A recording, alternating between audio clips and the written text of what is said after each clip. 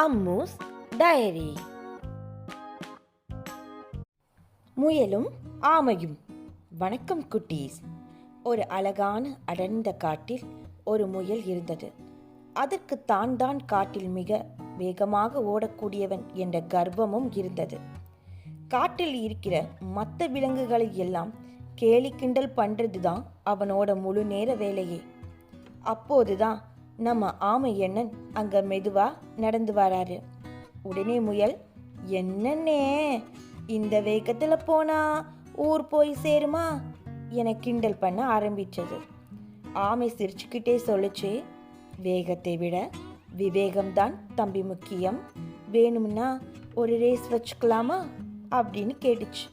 உடனே முயலும், நீயா என்னை தோற்கடிக்க போகிறாய், அதையும் பார்த்து விடலாம் அப்படின்னு சொல்லிச்சு. காட்டு விலங்குகள் அனைத்தும் பந்தயத்தை பார்க்க வந்தனர். நரிதான் பந்தயத்தை துவங்கி வைத்தார். பந்தயம் துவங்கியதும் சுருன்னு மின்னல் வேகத்தில் கிளம்பினான் முயல். அடுத்த சில நிமிஷத்திலேயே பாதி தூரத்தை கடந்து விட்டது. பின்னால் திரும்பி பார்த்தால் ஆமை அண்ணனை ஆளையே காணோம். ஐயோ, இவன் வர்றதுக்குள்ள ஒரு குட்டி தூக்கம் போட்டு எந்திரிக்கலாம் போல இருக்கே அப்படின்னு முயல் கண்ணை மூடினான். அவ்வளவுதான், ஆழ்ந்த தூக்கத்துக்கு போயிட்டான்.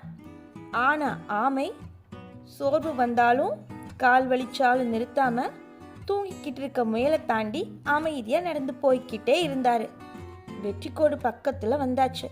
திடீர்னு கண்ணை திறந்து பார்த்த முயலுக்கு ஷாக்கு. ஐயோ, ஆமை அங்க போயிடுச்சான்னு பறந்து ஓடினான்.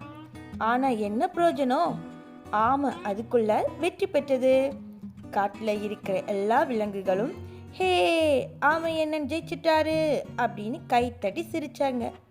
தலைக்கணத்தோடு இருந்த முயல் தலை குனிந்து நின்றது.